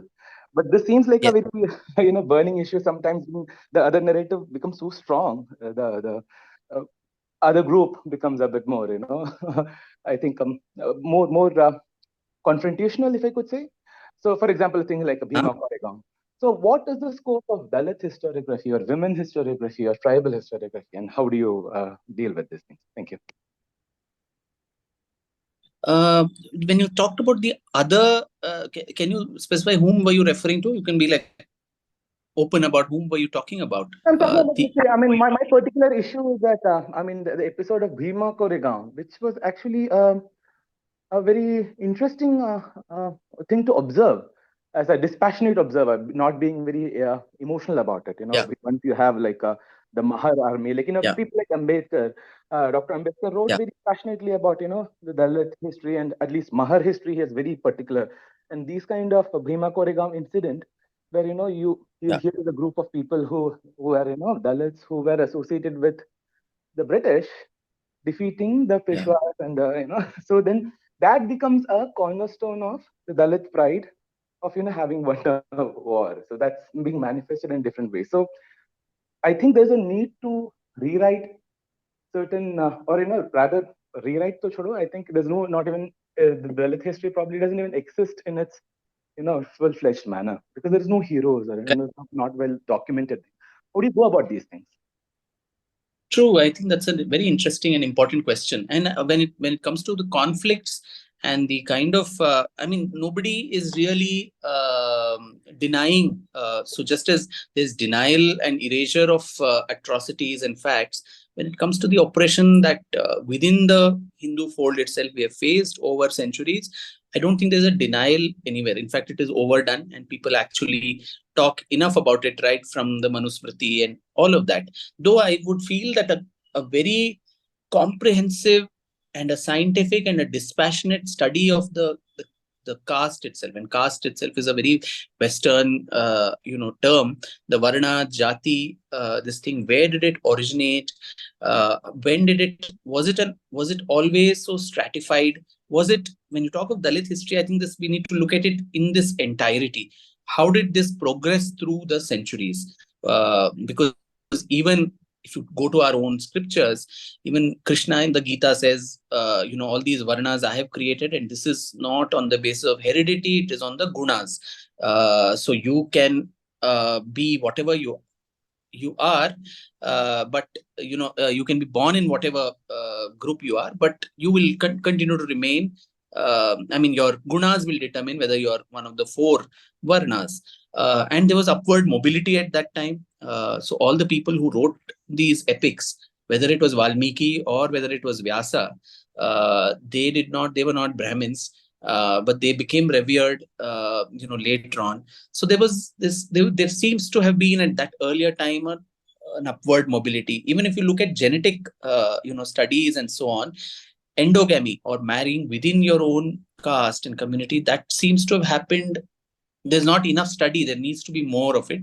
But overall, mota, if I have to say, it is, I think, only during the Gupta period or thereafter we see a stratification of people marrying inter-community. So before that, was it actually allowed? What were the reasons these evolved? I think when we talk of the caste itself, we need to look at it through all these aspects. And when did it become pernicious as it became? It certainly became decadent. But what were also the reforms or reformers trying to do constantly to circumvent that? Whether it was our own, philosophers, if Shankara spoke of Advaita and that consciousness is the same in all beings, irrespective of whether it's a human being or an animal or a plant or whatever, that we have the same consciousness. How did that map with the existing, or was there existing views on caste and discrimination between human beings at that time? When a Ramanujacharya goes up on the top of the temple and then gives away the mantra that his guru has given, Om Namo Narayanaya, the Ashtakshari mantra, and the Guru had said, this is only for your personal use. By doing that, you'll go to heaven. He goes up and says, I'm giving it to all classes of people, because if I go to hell and all others are going to heaven, that's negotiable for me. So there's somewhere, and the Bhakti movement and how that also tried to bring in its embrace people of all castes. So somewhere this decadence, where did that decadence come? Who actually brought that up? I think these need a very, very detailed assessment. It's not an easy answer to give. And there also, again, I'd invoke Meenakshi ji and her seminal work that she's done on India seen through the eyes of the travelers and others who have come. In their accounts, what do they have to say over the centuries of how this has developed and when did it become pernicious? I think that study is a study waiting to be done in a very comprehensive manner, and then posited to what was the period of our downfall. And I think that will give us very valuable insights into, again, what not to recommit going forward. Thank you, sir. Thank you for a very comprehensive answer. And I wish you all the best. And I look forward to reading more books from you. Thank you. Thank you, Nitin. Before I go to the next person, I'll come in order, those who are in the speaker panel. Those who are actually here, the audience, kindly follow our club as well as the moderators. And Naren is the next one in line. Naren, please go ahead. Namaste, Dr. Vikram Sampath. Thanks for coming. My question is, ancient, some people from the academia say ancient Indians or medieval Indians, they never account their history like the Greeks did. And British had to come all the way up to India to teach us our history. So how would you comment on that? Also, can you please give an update on your work on Tipu Sultan? Thank you. Yeah, thank you. Yes, so this has been a constant, accusation against India and Indians, that even Al-Baruni says the Hindus do not have any idea of keeping accounts, their own records. But, that is partly true, but largely false. Partly true, why I say, is because we didn't keep accounts in the manner the Greeks did or the Western world did. I think we had a very unique, in all branches of our knowledge, we have a very unique Indic way of looking at things, which, whether it is philosophy, whether it was mathematics, poetry, we have our own worldview. And so it was even in the way we documented our history. I often quote this shlok that is attributed to Kalhan in the Rajatarangini. Some say it was someone else, but by and large, who says, what is the utility of itihasa? What is the guiding principle of itihasa itself? Dharmartha kama mokshanam upadesha samanvitam kathayuktam puravrittam itihasam ta chakshmate. So all the narratives of the past, or the puravrittam, told to you in a kathayuktam, in a story format, which help in the attainment of the four purusharthas of dharma, artha, kama, and moksha, and also have a upadesha samanvitam. There has to be a sense of upadesha, or good and bad moral fabric for society. That is called itihasa. Itihasa chakshmate. And itihasa also is, it does happen, just state it as it is. So this was the larger philosophy of what historiography in the Indic view actually was, right? So I think there's some problem. Okay, so our itihasas, which is the Mahabharata, the Ramayana, and the 18 Puranas, the Katha Yuktam in that, the storytelling part of it is immense. So fanciful tales, mythical objects, flying objects, all this is there.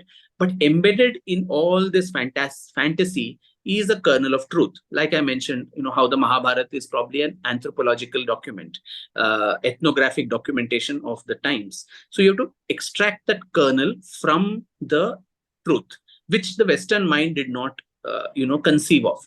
For them, particularly in the post-Enlightenment Europe, you had what is known as positivism, which is looking at empirical evidence. Only if there is empirical evidence, that is to be accepted as truth. All other things are fantasy. Leopold van Ranke, who came up with this positivist theory, that became the bedrock even of history writing. But our approach was different. We did not look only at empirical evidence. We also weaved in some fantasy, some upadeshas and all of that to make it a interesting and exciting and inspiring account for people who read it. So to be able to understand that was not possible for the Western mind. And for those who say we didn't keep records. Now, Kalhana and the Rajatarangini, which I mentioned, that is probably one of the most comprehensive accounts of Hindu Kashmir, going through Rajatarangini, the rivers of kings. So all the social, cultural, political history of Kashmir till the time, further additions added by Jonah Raja and several other scholars made it a comprehensive account of the Hindu history of Kashmir till the time Akbar, occupied it. So Kashmir had this concept. If you come down south, even the Cholas, in the Brihadishwara temple, including 400 Devadasis who danced in the temple, their names, their mothers' names, their emoluments, their addresses, all that is carved on the temple walls. So we kept our accounts. That is also a sense of documentation. You go even to the northeast, Assam since century BC also has a continuous lineage of documented accounts. And you had, especially since the time the Ahoms came in, you had something known as the Burunjis, that is from the 13th century, which are written documents and accounts of the entire socio-cultural political life of Assam itself under them. So there are scattered accounts in different parts of India. It was maintained in a different manner. It was maintained on palm leaves. It was maintained on temple walls. It is up to a modern historian and researcher to extract from this and make it suitable and adaptable to the positivism aspect. The way it existed is our own worldview of how we looked at history, its objective, and also its record keeping. But today, to make it palatable and acceptable, we need to make it in a way which is accessible to modern historians. On the second question, yes, my book on Tipu Sultan has been going rather steadily. I've completed one half of it. There's still a lot left to be done. It's both the account, in fact, I realized, of Hyder Ali and Tipu Sultan, and you really cannot understand Tipu's story until you assess his father Hyder Ali, and what was the shift. You see the contrast between father and son very clearly at that time. So yes, it's a lot. It's been a hard work, lots of competing accounts once again. Mysorean records, whether it's in Kannada, whether it's Persian, Marathi Peshwa Daftar accounts from Kerala, considering Mysore and Malabar had a long and very, very, troubled history together of Hyder's invasions and, of course, Tipu's atrocities in Malabar. All that to be reconstructed. The British accounts, the French accounts, the accounts from the Nizam's court. So to triangulate and get all of these things together and make a coherent meaning of these two very, very important people, in our history. Remember that it took the British 4 wars to vanquish Mysore. There were 4 Anglo-Mysore wars. And the first 2 wars were something that Mysore won hands down. And the third and fourth, which Tipu took the lead on, he lost miserably and finally was killed in the 4th war. So that account, I think, is very important, and particularly in today's politics. And I'm in a state now which now is ruled by a party which celebrates Tipu Jayanti. So I don't know what all is in store in the coming days. Thank you, Naren. Thank you. I think this must be your most ambitious work. Keep working. All the best. Thank you. Thank you so much. Dr. Kuntal Ghosh is the next one. Please go ahead. Yeah. First of all, thank you for coming into the panel, and you had been doing a great work.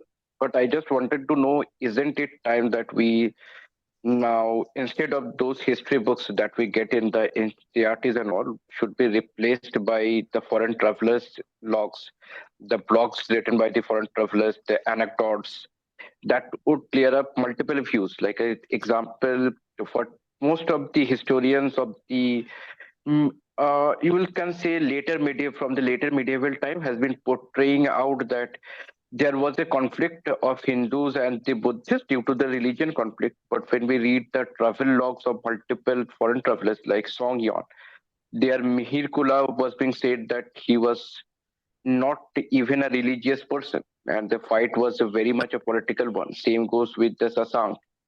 So what you take on that? Shouldn't that part be also point out that the fight between the Hindus and the Buddhist kings were just a political tool, not a religious fight? Yes, I think I already mentioned that in my talk too, that the conflicts were largely on a philosophical and intellectual standpoint, which all the schools of Indic philosophy were having with each other, constant dialogues and trying to win over in the DrVijay against one another. But some of the atrocities, they were largely only political, they were individual, they were not theologically sanctioned. And this again needs to be, I think, underscored, and like the earlier gentleman to whom I spoke about the caste thing, there needs to be a very, very scientific, comprehensive, modern research on this aspect of inter-Indic, panthas or matas, and what was the, relation with them, using multiple sources, their own accounts, as you rightly mentioned, the accounts of foreigners and all of this. This needs to be demystified in this form. That's why I made it an important element of this reimagination of Indian history, that is a topic that needs delving deeper, because unless we do that, constantly this gets brought up again and again. Just this morning, I was seeing on social media some people sharing, one of those tabloids who brought out an article saying Nalanda was not destroyed by Bakhtiyar Khilji, but actually by 2 Brahmin bhikshus who put fire to Nalanda. So this is a kind of thing that is peddled. So they came as beggars, and then they threw one lamp or something, and these are multiple buildings over multiple stories. How did that one little lamp actually catch fire? So there's a lot of humbug that goes around by pernicious agenda driven historians who peddle these stories. So these need to be debunked, and these are part of my future aspirations and projects that I hope to undertake at some point. Whether they should make their foreign accounts to go to NCRT, the poor children will stop reading whatever little history they currently do, because I think at that age, a 6th standard, 7th standard student to be able to see so many multiple perspectives and to understand and assimilate, it becomes too much for the kid. But the research and this one needs to be done by people in the profession. That needs to be simplified and then provided to the children. At that age, the larger objective for a 6th standard, 7th standard student is not to know these different political strands and all that. It won't make sense to them. There, the larger idea is give an overview, as I said, of an inclusive picture of all parts of India, the heroes and heroines, the valor, the courage, the cultural history of India. Also, it's not just a litany of kings and queens. There's also people's voices, the languages, dance, music, these type of things. The cultural history that unifies us, things that we can be genuinely proud of about our past, as I mentioned, those elements, and mistakes that we committed, which we should not recommit again. I think these 4 broad areas, not necessarily 25% each, in whatever proportion, they are covered in our history books and rewritten at the earliest. With this in mind, there should be a larger goal. What is it that you're writing this history book for? What is the purpose for a young kid reading it? If that is clear in the mind of the person who is preparing this, or even the government or whoever is in charge of that, then there will not be all this trouble. But to burden the kid with too many versions and views and details, that is for later discovery. First, set the foundation of the broad consensus on which we all agree upon. Then they can go in their later life, those who are interested, to explore further into the different versions, the differences of opinions and all of that they can do at a later stage. Thank you, Sid. And I just want to know, isn't it very wrong when we try to alienate the foreign travelers and the thoughts or the logs, because they are the best of the historical evidence that we have? But at the present time, as most of the people say, why to follow especially that of Max Muller, when they would be very much ardent that we should not read Max Muller. But I have read him and I have found that his view for India was not that bad. In fact, his view was much better than most of the Neo-Platovian theosophical Indians present of who were his contemporaries. So what you take on that? Yeah. True. I mean, I wouldn't say the traveler's accounts would be the best account, because they would also be plagued by ignorance of the land that they were coming to. There are so many others. Marco Polo, there is Pietro della Valle, who came even during the time of Rani Abbaka and others. I mean, a lot of it is Marco Polo comes even to Warangal, talks about Rudrama Devi and all these kings, Kakatiyas. But those are, he puts in his own biases, his own lack of understanding of Indian society and culture. There are, even in the British Times, people like Francis Buchanan, who goes on an entire journey from Malabar to Mysore to Madras and covers the entire social and cultural life of common people in all these provinces, coming in with his own biases and ignorance. So I think they're a very, very important primary account and source, which need to be coupled with accounts of what were Indians writing about themselves. Why do we again need to give justification to what foreigners think of us? That again comes to us with some sense of inferiority, that our own ancestors were not competent enough to write their own story. We need to rely on someone coming from somewhere else and telling how your country was. That is an important account, but it should be coupled with what did people in that same court say? Were there any subaltern voices? Were there people who were writing something in accounting in probably languages we don't understand today? But that doesn't make it any less, inferior. I think it's a combination of all sources is what I would say to reconstruct a period. Thank you. Gayatri ji, go ahead.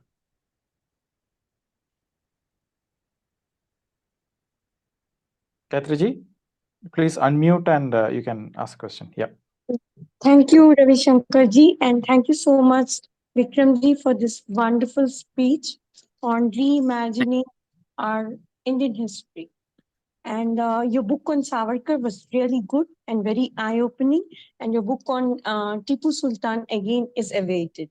I have a question for you. For example, we now have a huge, like Meenakshi Jain's work and your work and other people's work in the private area, addressing this problem of history being distorted and the right perspective being kept put forward by our intellectuals, but still much in the private zone, because there are books that are published by private publications. So it has a limitation to sort of spread over to the whole of the populace in comparison to the NCERT textbooks. So we need to see much of this percolate inside the NCERT syllabus. For example, even today, like yesterday, there was news that this Yogendra Yadav and this Suhas Palsikar, they're still part of the academic advisory board of the NCERT, and they were complaining that we were not consulted when the 9 to 12 textbooks were revised. So when are we going to, till it comes into our textbooks, it's not going to reach our students, because students are not certainly going to read the textbooks as well as the books by Meenakshi Jain ji or Vikram ji, like you yourself. So because it's you know how students are, like to push them to read both becomes difficult. So your thoughts on that. And then the anti-Brahminism in the historical narrative is a huge problem, because anti-Brahminism actually comes to complete annihilation of Sanatana Dharma itself. So please, your thoughts on both of it would be very welcome. Thank you, Ji. Thank you, Gayatri ji. On the first part, see, I mean, it's a perfect question, but addressed to the perfectly wrong person, because I'm not part of the government, nor do I have any influence on any member within or outside the government. It is a long overdue thing, and I think it's an opportunity wasted, unfortunately, of over 9 years of making this change, which is an entire generation lost, or probably 2 generations. So many people, children have already passed out with the same pernicious books that they have been reading in school. And like I mentioned right in the start of my talk, that the only or the earliest brush of many of these children with the history of their country is limited to school, because after that they branch out into engineering, medicine, or whatever else, and there is no more account of history. So that is a very sad part.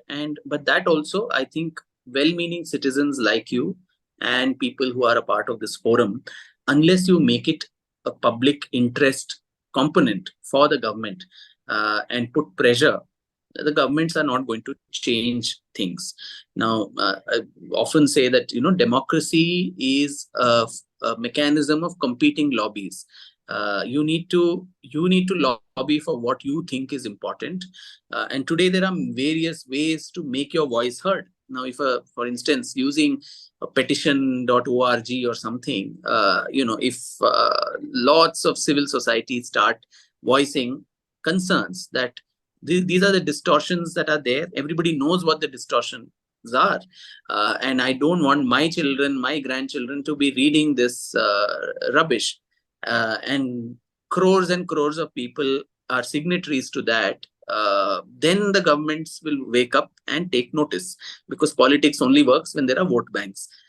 Till then, for the government, this is the last on the priority list, keeping the country safe, economy, foreign policy, food production, all those are very high on their priority. What a child is reading in a school, unfortunately, it should be very high on priority, but it doesn't become. It's a reality which we must acknowledge amongst ourselves.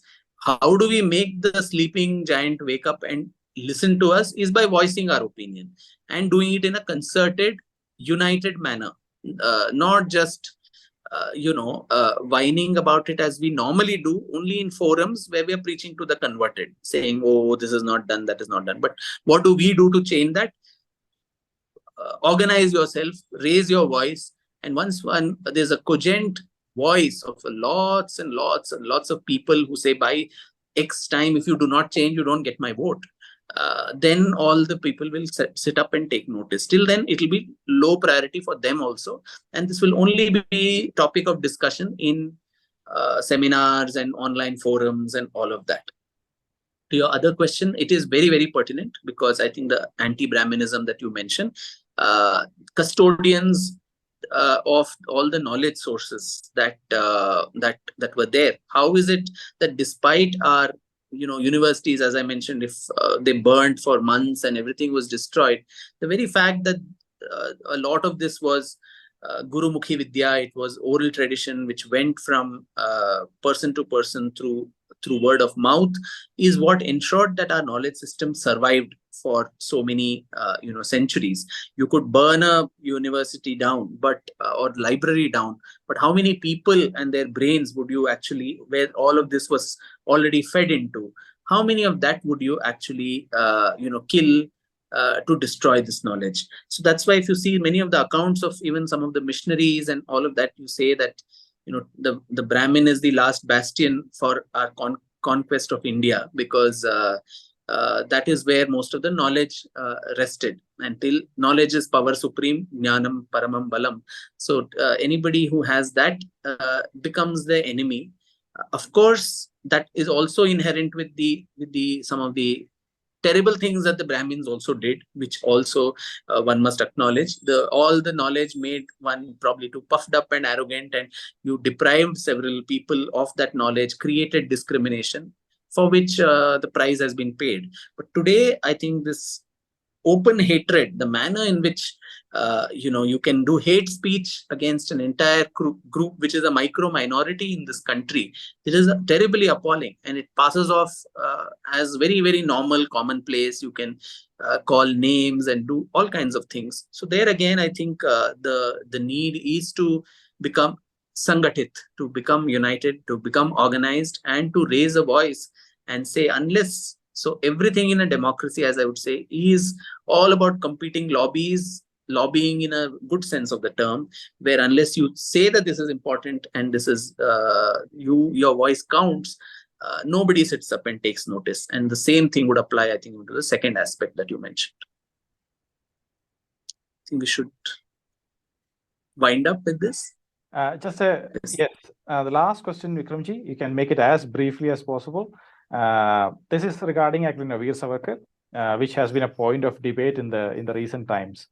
The one thing that has been asked actually many times in debates and all, and probably we should put an end to that argument, is mercy petition. And the second one is, after coming from Kalapani, actually he became a changed man and he was helping British moreover, not the revolutionary that he was before. This cannot be a brief answer, Ravishankar ji, because I think this will take another 2 hours at least to talk about. Maybe we can have another. Refrain from that question. If it is, maybe dedicated only to Veer Savarkar and his life and contributions.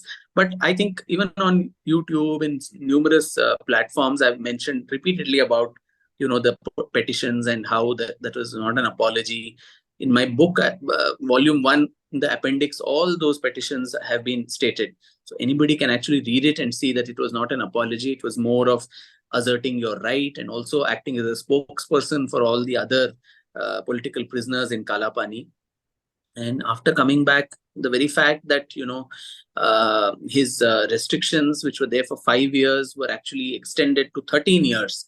And if you, in my second volume, A Contested Legacy, I quote the British intelligence reports, the documents which say, every time his case came up for a review, they would say, we don't trust this man. He's having underground network connections with all these revolutionary movements in different parts of the country. So I think that itself is proof that till the time they left also, the British never trusted Savarkar. They always thought of him as a dubious man who was running with the hare and hunting with the hounds. So that is a very clear documented fact. These are politically motivated, nonsense that gets circulated all over. But of course, the focus by then had also become, there was really no freedom struggle, especially after 1937. 1935, you had the Government of India Act.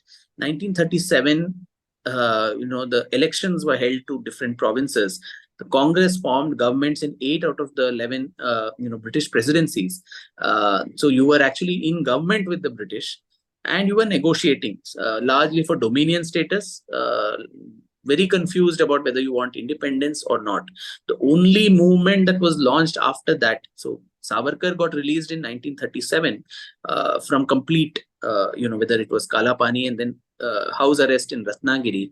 After 1937, barring that Quit India movement, which was crushed in all of 2-3 months, there was really no major movement it was constantly negotiations that were going on, round table onwards, and thereafter, during the World War, you had the Cripps mission, you had all of that happening.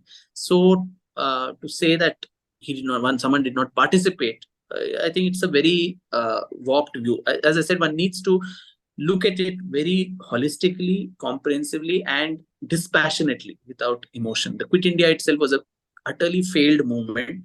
It achieved very little from the Congress perspective. It helped that it became a violent movement. All the underground revolutionaries, the army mercenaries, all of them came out, and there was large-scale violence and bloodshed and all of that happened during that time. So that is what caused the civil unrest that it caused, created an alarm in the British. But that was not the objective or the original thought of either Gandhi or of the Congress. And they disowned themselves from this movement. It was called August Disturbances. It was not even called Quit India. And after coming out of Aga Khan Palace, where he was housed, Gandhi literally writes a sorry letter saying, I'm sorry for all the violence that happened during the August Disturbances, and I promise not to launch any more civil disobedience, and I shall be very loyally supporter of the British war efforts in the Second World War, in this fight against fascism and all of that. So I think it can't be given in a brief manner. As I said, that needs to be an entire 1.5 hours in itself, which we can certainly do at a future time. But in brief, if I had to say, I think that is what I would like to say about both these questions you posed. Absolutely. I had about 10 questions on the same subject in my back channel. That's why I asked it. But that was a very good answer. Actually, at least in 1 or 2 minutes, it gave the jinx of, a brief about what it really happened. Thank you very much, Vikramji. You have given us about 2 hours now.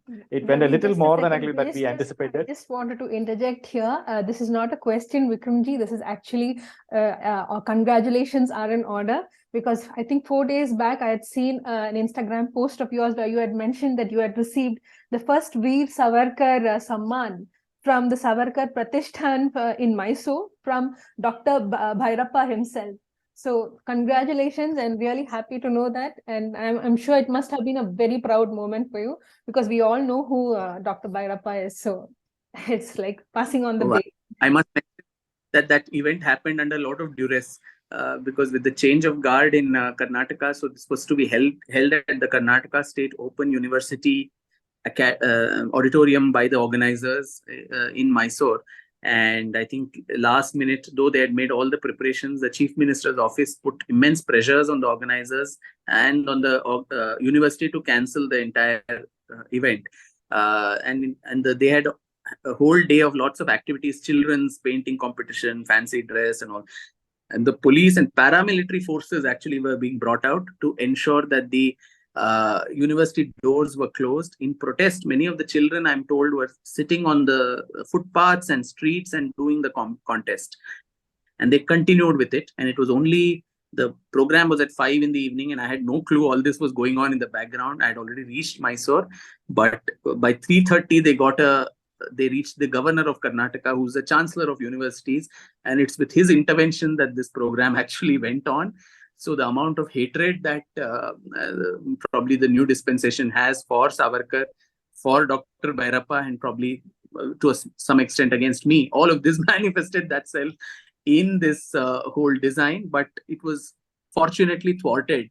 And in the spirit of true resistance, I think the organizers held their nerve and carried on with the thing. And I think it becomes important to state this because people of the country need to know that this is how, intolerance that people keep talking about. You can't even accommodate an award ceremony for somebody because the ideology of that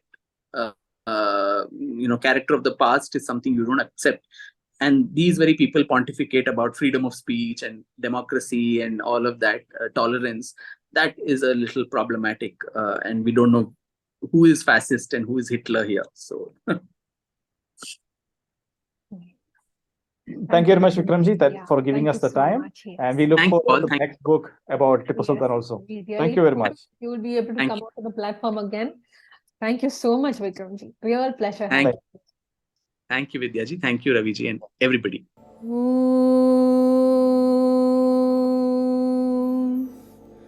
Satyameva Jayate Nandritam Satyena Pantha Vitato Devayanaha Yena Kramantya Rishayo Hyaptakama Yatra tat satyasya paramam nidhanam.